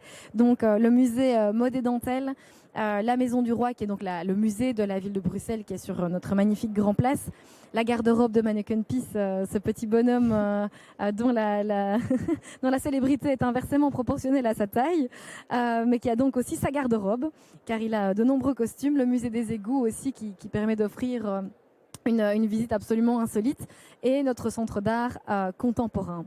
Et donc ici, ce qui est inédit aussi dans le projet, c'est que c'est 3 mondes qui se rencontrent, en fait, le monde politique, le monde culturel et le monde de la santé. Donc ça se co-construit, et ça, c'est vraiment très important. Alors, comme on le disait, ça se co-construit, mais entre des mondes très différents qui n'ont pas du tout les mêmes codes et les mêmes pratiques, puisqu'on a d'un côté le monde médical, les médecins, le personnel infirmier, tous les aspects juridiques aussi, parce qu'on parlait aussi de secret médical, mais c'est un élément qui n'est pas du tout anodin dans ce type de projet. Et ce monde culturel avec ces équipes de médiation, de conservation, l'accueil aussi qui joue un rôle important. Donc ici, rappelez aussi que il y a de nombreuses applications possibles. La culture, c'est quoi? C'est nous permettre d'oublier un peu nos problèmes, de découvrir de nouvelles choses, de créer du lien, ça on l'a dit, des rencontres. Ça peut offrir aussi un moment de détente, de vivre ensemble, aussi de vivre des aventures et de partager des émotions. Et tout ça est extrêmement bénéfique en fait pour notre santé mentale. Ça a été démontré scientifiquement. Ce qui est important de rappeler aussi ici, c'est que la culture vient en appui au processus de guérison. Ça ne vient pas à la place de. C'est important de le rappeler parce que quand on est face à des personnes qui sont en situation de stress ou de burn-out, c'est important évidemment de les accompagner sérieusement et de savoir que la culture ici vient comme un plus, comme un complément, mais ne vient évidemment pas remplacer le travail des médecins et du personnel médical. Donc, on a lancé ici toute la réflexion. Voilà, encore, là on le voit, les couleurs et tout ça, c'est important pour notre santé mentale. Et donc, on a lancé donc ce projet avec l'hôpital Bruckmann. Pour vous donner une idée de l'institution, c'est pas un petit hôpital, c'est 850 lits, c'est le plus grand hôpital public bruxellois. Et donc on lance ce projet pilote cette année, donc en collaboration avec le service de psychiatrie, comme je l'ai dit. C'est un projet qui se fait sur base volontaire et à la demande. Alors ça permet de traiter un large panel de pathologies à la base, mais donc ici c'est vraiment sur la base d'un accord entre la patiente ou le patient et le médecin. Donc très concrètement, comment ça se passe? Je suis aujourd'hui une patiente suivie pour burn-out, par exemple, et je me rends donc chez mon médecin. Et donc évidemment, ici en l'occurrence, une ou un psychiatre de l'hôpital Bruckmann. Et donc chaque médecin prescripteur peut, sur une base volontaire, donc décider qu'en fait ce serait bénéfique pour moi d'aller au musée et de sortir un peu de mes habitudes. Et ça peut paraître anodin, mais des personnes qui sont en situation de stress, de burn-out ou de dépression, parfois rien que le fait de changer ses habitudes, d'aller dans un lieu dans lequel on ne se sent pas toujours forcément légitime, c'est déjà un grand pas en fait pour ces personnes. Et donc suite à cette discussion avec mon médecin, je reçois cette prescription muséale qui concrètement est une entrée gratuite au musée. Ça me permet d'aller au musée, et ça c'est important, accompagné de proches, parce qu'on estime que quand on est déjà dans une situation fragile, c'est important de pouvoir se sentir soutenu. Puis comme on le dit, c'est créer des liens, donc c'est important aussi de pouvoir échanger quand on visite. Donc l'idée c'est que on limite le nombre de prescriptions par médecin, par année et par patiente évidemment, mais que on laisse le choix aussi. On est en train de préparer toute une présentation des musées que je viens de vous citer pour que les médecins, évidemment, sachent où ils envoient les patients et puissent évidemment aussi ajuster ou conseiller au niveau des choix des musées.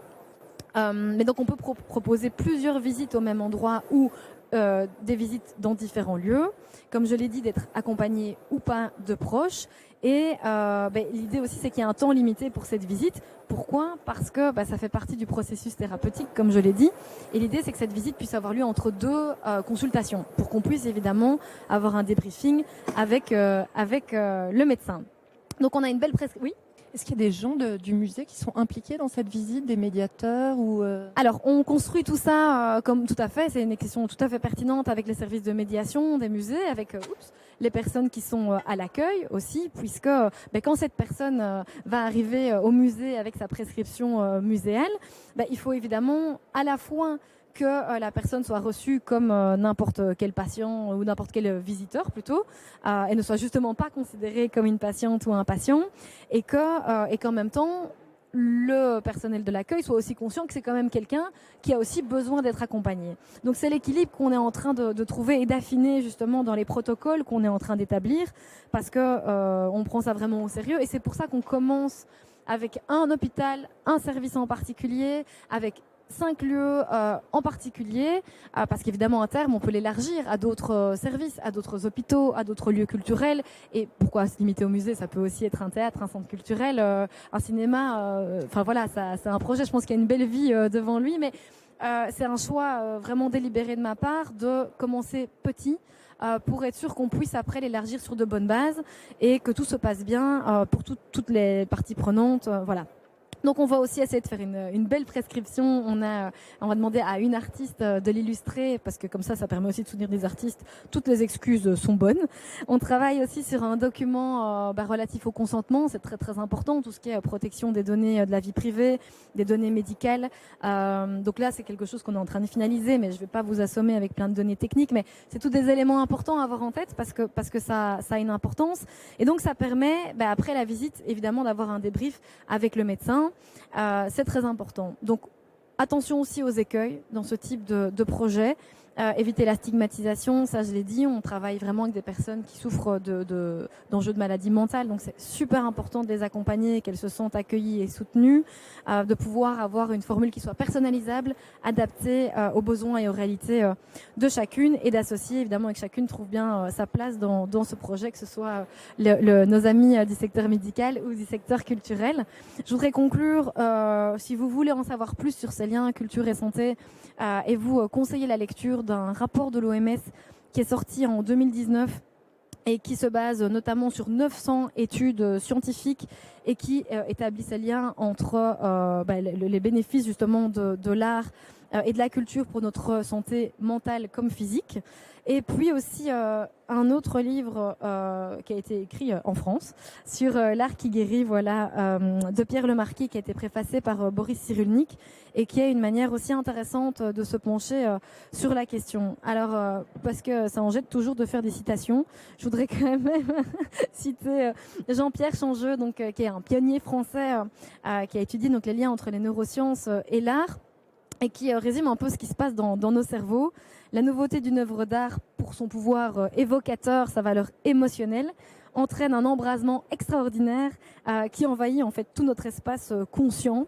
Et cette puissance en fait qui mobilise nos émotions avec force, et ça permet de créer donc cette ignition explosive au niveau de notre conscience qui unit donc notre système visuel, puis si on va au musée forcément, qui lie le cortex préfrontal, où siège toute notre rationalité, mais aussi notre système limbique qui est beaucoup plus primaire et qui est le siège de nos émotions. Mais donc à travers ce projet, nous ce qu'on veut vraiment, c'est de permettre que l'art embrase nos cerveaux, et puis l'art est là, servons-en nous pour aller mieux tout de suite, parce qu'on en a besoin. Merci beaucoup. Merci pour ces deux interventions, ces exemples inspirants. Je voulais profiter peut-être de ce moment pour donner la parole à vous, le public de cette conférence, pour savoir si vous aviez des questions particulières sur ces différents dispositifs, qui sont des dispositifs qui évoluent. Vous disiez, on commence petit, mais l'idée, c'est d'étendre. Aujourd'hui, vous parlez des différents pays où le dispositif a lieu. Donc, on voit que c'est un dispositif qui est... Parfois, on peut parler de simplicité. C'est des choses simples que vous proposez, mais c'est des choses qui sont complexes parce qu'elles mêlent plusieurs métiers, et puis elles mêlent aussi des patients. Et c'est complexe, en fait, de traiter et d'être en relation avec l'humain d'une façon générale. Et ça le devient encore plus quand on est malade ou quand on est en souffrance.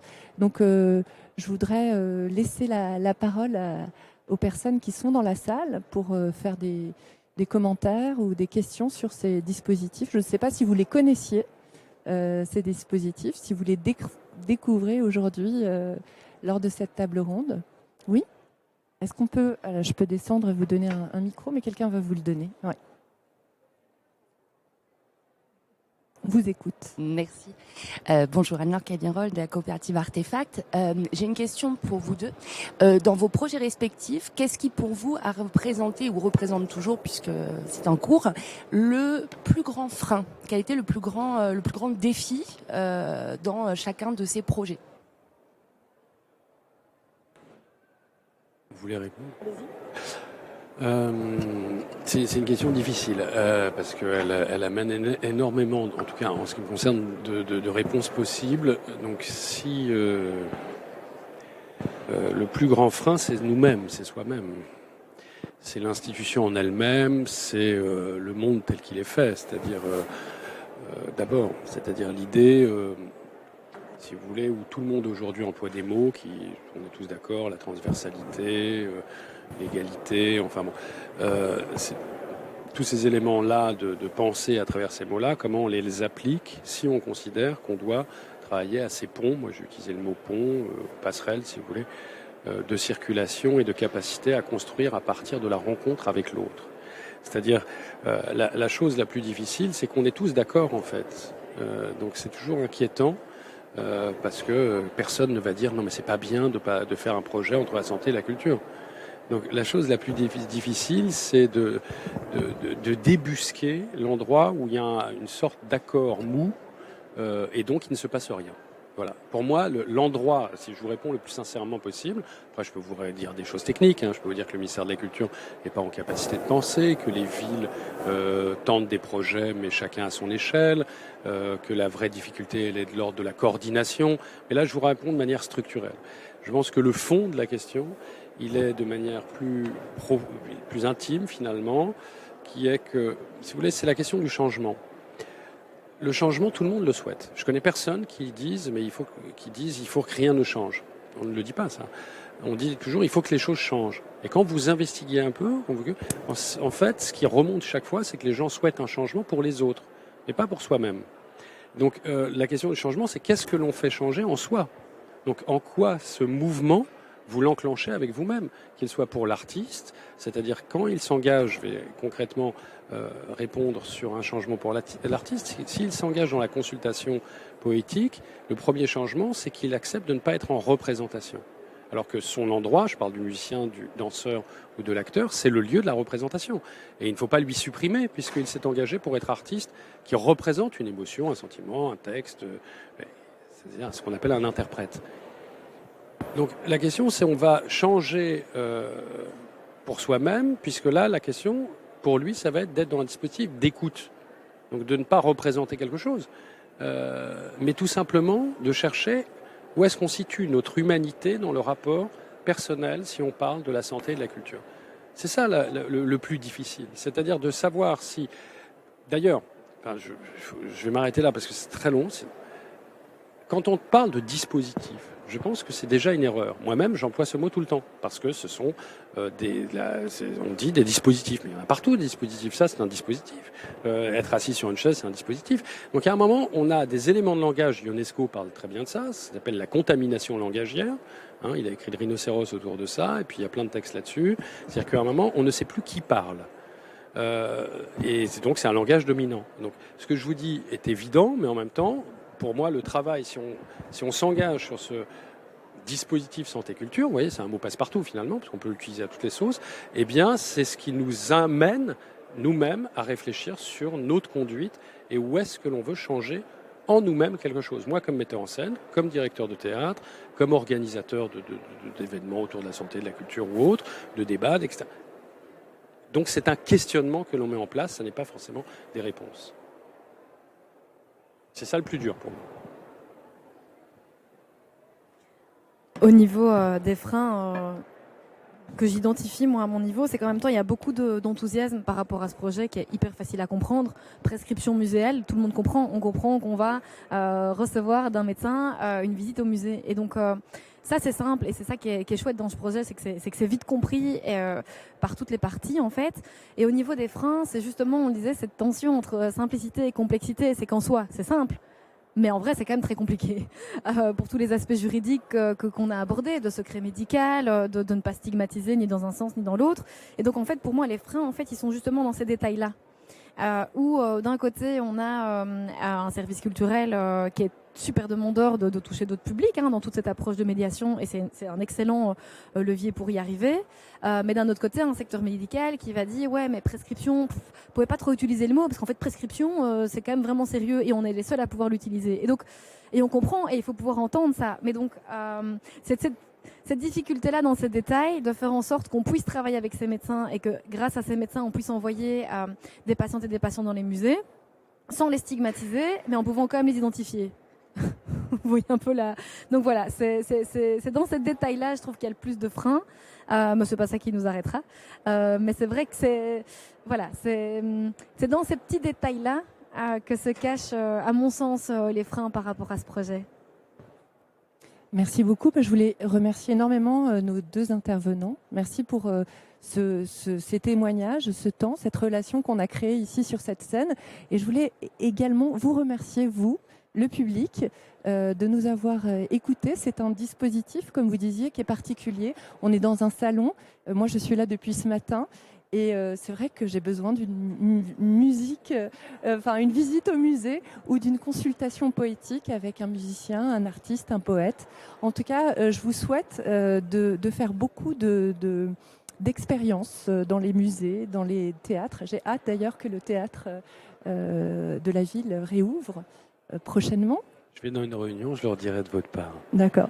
Ça dépend de la ville de Paris. Eh bien, il faut que nous en parlions tous et toutes à la ville de Paris, parce que c'est nécessaire. Nous sommes des lieux nécessaires, essentiels. Et donc, je vous invite tous, après ce salon, à aller dans les musées, à aller dans les théâtres et à aller aussi à Bruxelles, évidemment, la ville géniale, avec tellement de lieux et d'inspiration formidables. Porte des grands projets culturels. Exactement. Et Bruxelles est à côté. Merci beaucoup. Merci beaucoup pour votre invitation. Merci infiniment.